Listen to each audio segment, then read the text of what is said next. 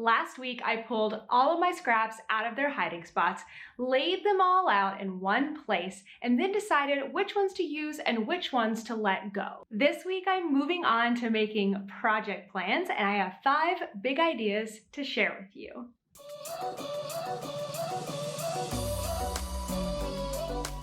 Hey everyone, it's Natalie, also known as Nitty Natty. If you haven't already, make sure to watch part 1 of this video series. In that video, I talk about steps 1 and step 2 to see how we got here. Before I move on to step 3, let me catch you up on a couple of things that I've done in between. All of the scraps that I'm planning to let go of are currently resting here in this basket. Everything that I'm planning to use has moved over here to my IKEA shelf. I went through all of my labels and marked them so that they can be stored away with the yarns.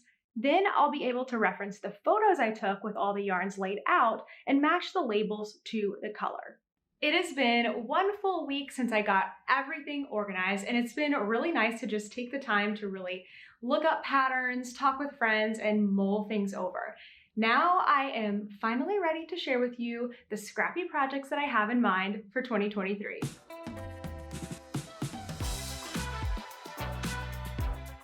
I just sat down with all of the different yarns and projects behind me, and it's a little overwhelming, I guess is the word I keep using. I feel like I keep overusing that word, but it's a little daunting to see everything laid out. But I will say that it feels a whole lot better than it did last week now that I have the things I'm not going to use separated out from the things that I'm really excited to start working on. So my big goal for 2023 is to use up or donate all of my scraps in the first 6 months of the year. I'm putting a shorter time limit on it because I really want to get it done. So when I was looking for projects, there were 3 things that I was really looking for. 1, it was going to be something that I enjoyed doing. 2, it was going to be something that went rather quick. And 3, it was going to be something that I actually am going to use. So at first I wanted to just make a bunch of blankets, but that wasn't really going to fit the time frame or the use factor. So I had to get a little creative with some of these. Another factor is that I wanted the projects to be different enough from each other that I wouldn't get bored working on mini skein scrap projects all throughout the 6 months of the year. And also for that reason, I've decided I'm going to work for now on 1 scrappy project at a time. So completing one before starting to work on the other one. I have a resource that I put together in December of this year. Maybe it was the end of November, but it's a bunch of Advent patterns. So most of them are geared towards either 12 or 24 mini skeins, but all of them are great for scrappy projects. So I will make sure to link that bundle down below.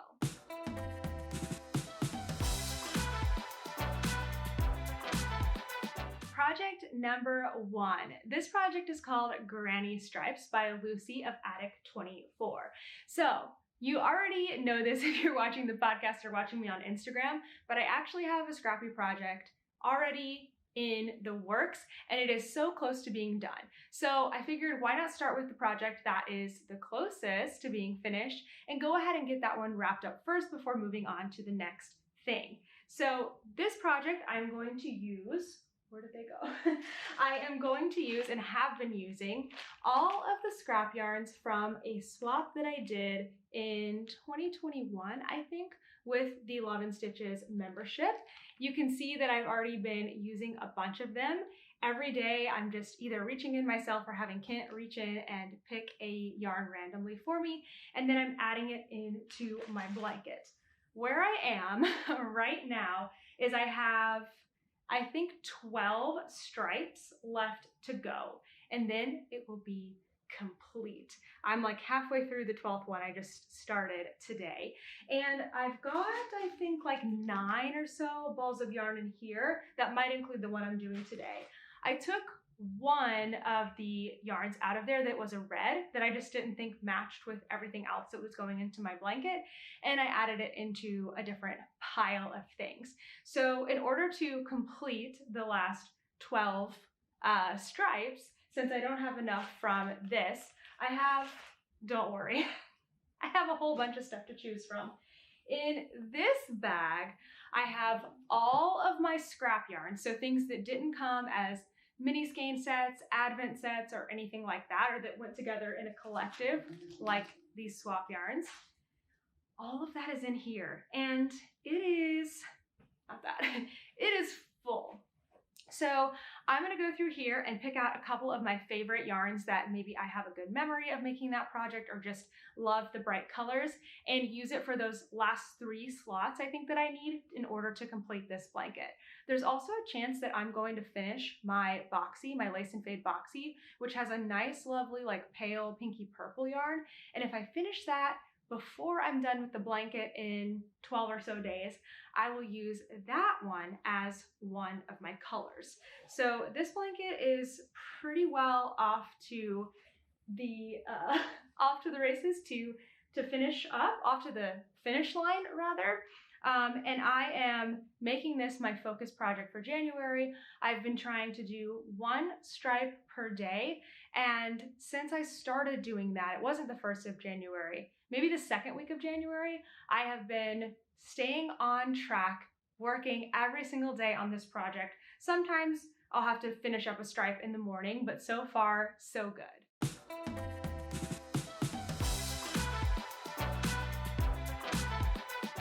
Project number 2 is Delight by Laura Nelkin. So this is a beautiful shawl, and I'll explain why I picked it for this Advent. So my plan is to use my Fangirl Fibers Disney Advent. This is from 2021. The colors are all super similar in that they have a white base. At least most of them do. So they really go together really nicely. And I have a photo of it where we laid it all out, and you can really see how the colors flow. It's kind of a beautiful rainbow, if you will. So I really wanted to make something with this that I would use, I would wear, I would love all of the time. And that's how I landed on this shawl blanket. In Ravelry, it's categorized as both a shawl and a blanket because it is a shawl because you can wear it as a shawl. And it's really lightweight, but it's also big enough to kind of be something that you could lay over your lap or, you know, something like that. It's not as big of a blanket as my granny stripe blanket, but would serve a purpose of a blanket in dire situations. So I think it's going to be really great because it's simple, it's knitting, which will be fun. This is, I think, the only knitted project that I'm planning to do, at least right now with my Advent. Knitting is of course a lot slower than crochet. So for this project, I have carved out March and April, so 2 months in order to do this project. I'm skipping February for right now, and you'll see why when I talk about my final project here in just a few minutes. So March and April is going to be my focus. I don't think I'll be able to do 1 color per day because I think you use a lot of the 20-gram skein, and that is a ton of knitting. So right now I'm guessing it might take me 2 days to work through each color. There's lovely garter stitch texture and then drop stitches. I think where you do like those fun yarn overs and everything, and it's just a really unique and interesting shape. So I'm pretty excited to work on this shawl later on in a couple of months.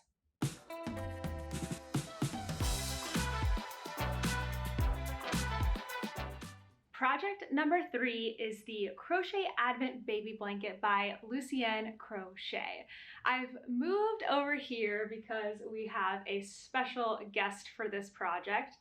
Toaster, he wants to lick his foot instead of showing his, he loves it. It's okay, buddy, I'm gonna make something for you.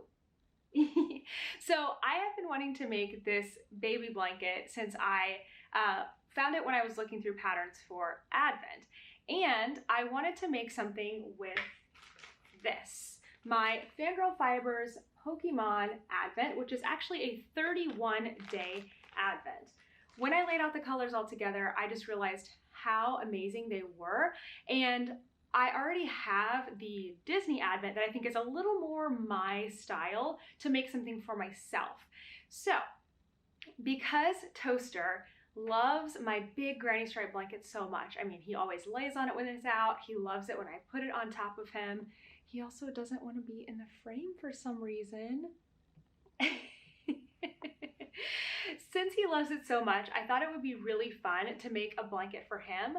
Kent is the one who loves Pokemon the most, and so he didn't really have anything in mind to make for himself. So we thought it might be fun to just make something for Toaster that way we can both kind of enjoy it. So what I like so much about this baby blanket is it's actually designed for Advent. So it's 24 mini skeins plus one main skein.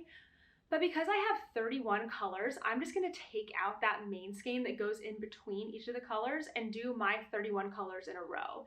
It may end up being slightly taller, but that's actually okay. It's already the size of a baby blanket. It even says in the description that you can use it as a pet blanket. And I like that it will be a simple stitch pattern, but something different from the granny stripes that I'm probably gonna be super sick and tired of doing after a while. So I am planning to do this project in May.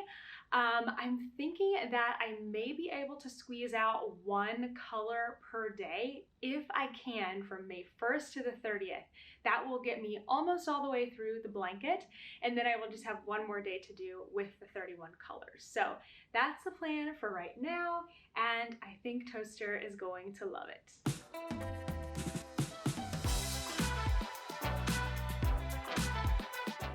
Project number 4, I actually don't know yet, and I think that's 100% okay. So the yarn that I'm trying to use for this one is my Homespun House Advent from 2022. It's all solids in a really beautiful rainbow. I have most of them where you can see here laid out and how that looks.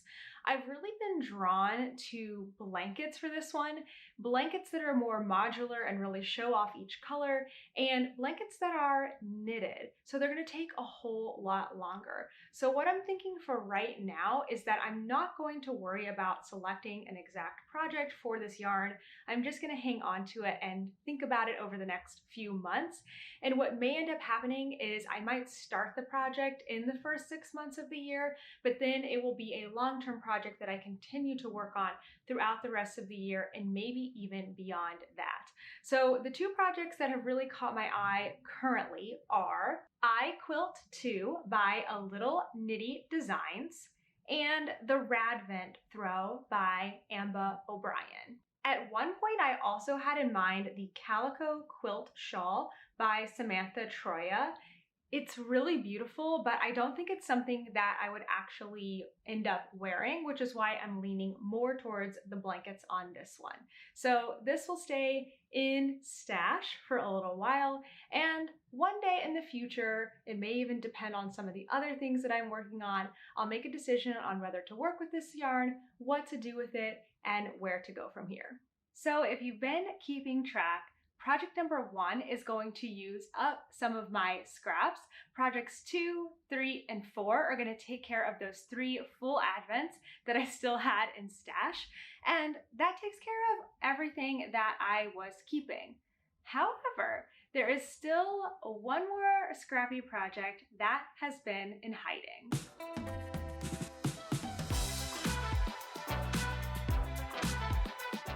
Over the last 4 years, I have been making granny squares every single Advent season. Each one of these rows is a year, and all of these squares are from the Dragon Horde Yarn and Yarn Cafe Creations Advent calendars. So that gives me in total 96 squares, 24 times 4 years. But I know I have a couple of other ones in here, I would say less than 10. So I'm guessing that I'm somewhere around 100 squares, but I think I'm actually gonna work within 96 for my blanket because that will make something that is a nice like rectangular shape. I haven't gotten too much into it yet, but I will be doing a lot of that math and figuring things out here very soon because these squares are my February project.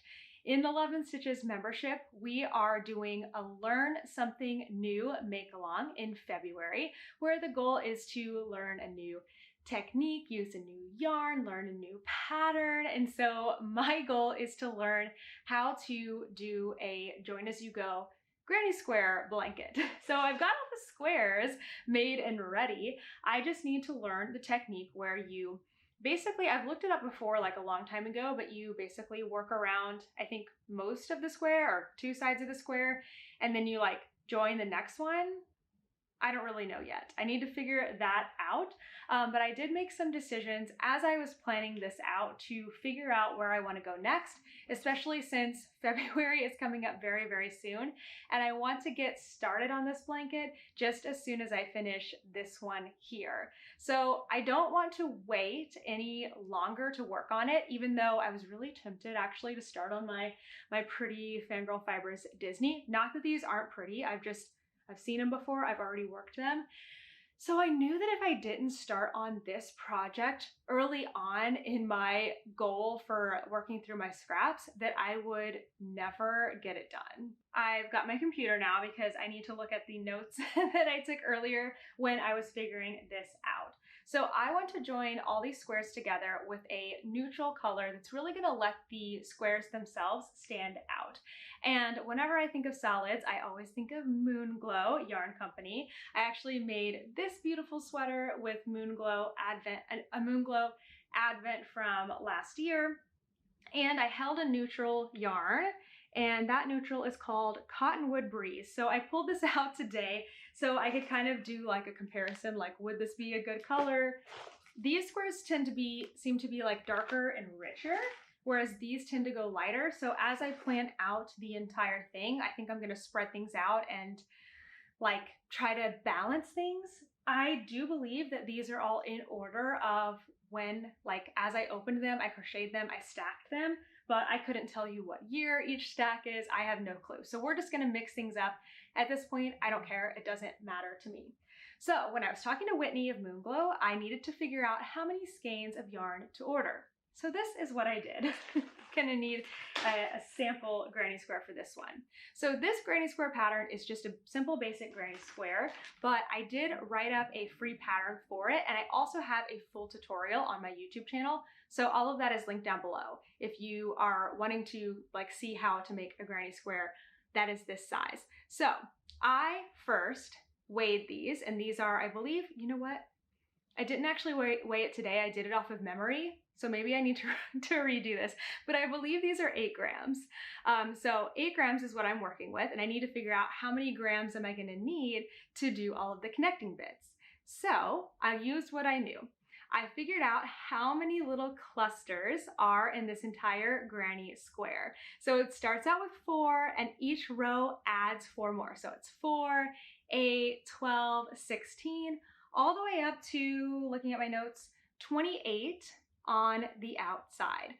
So I figured that there are 112 total clusters in a square, and 8 grams divided by 112 equals 0.0714 more numbers, grams per cluster. Why did I do that? Because the join as you go method also uses granny clusters, and it's going to be an entire thing around. So my last one is 28. That means the next row will have 32, right? So I needed to figure out how many grams do I need to do 32 clusters, or one more round around the outside of these. And so I did 32 times, oh wait, here, I think I'm missing something. How did I get from here to here? One second. I found my error, but luckily it's not in the math, it's just in what I wrote down. So back to where we were.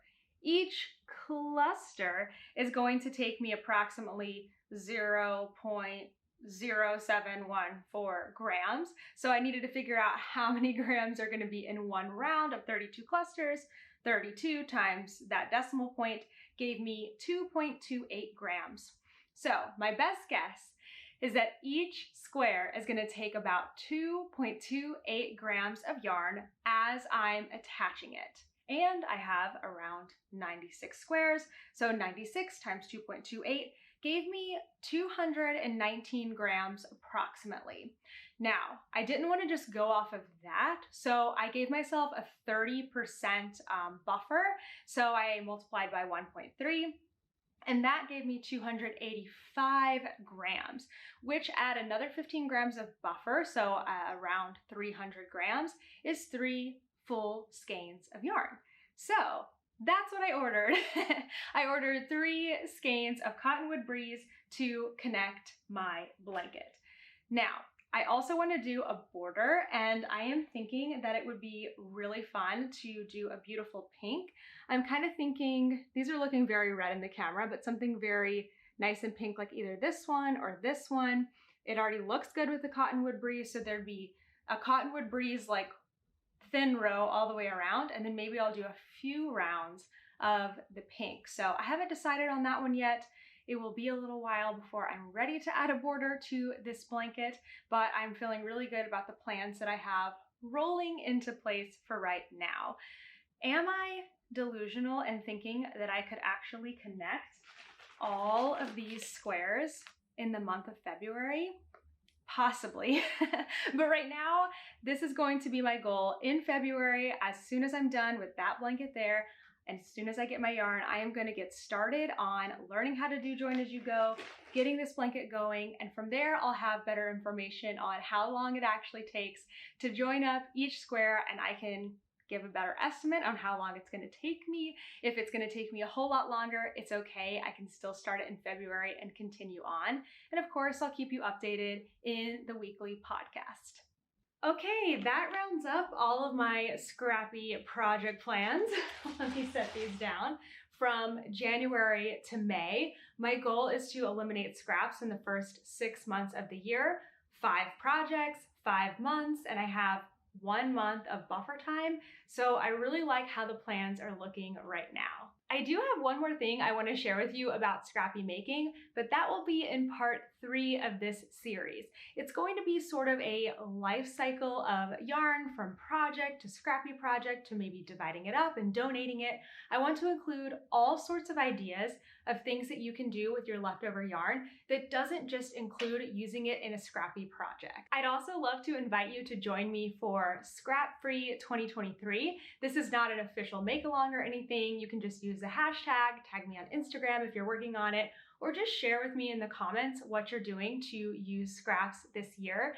And even though I'm calling it a Scrap Free 2023, if you're working towards a goal that's just using scraps, you don't have to worry about actually eliminating them. Just using them is perfectly fine. You can definitely participate in this unofficial make-along.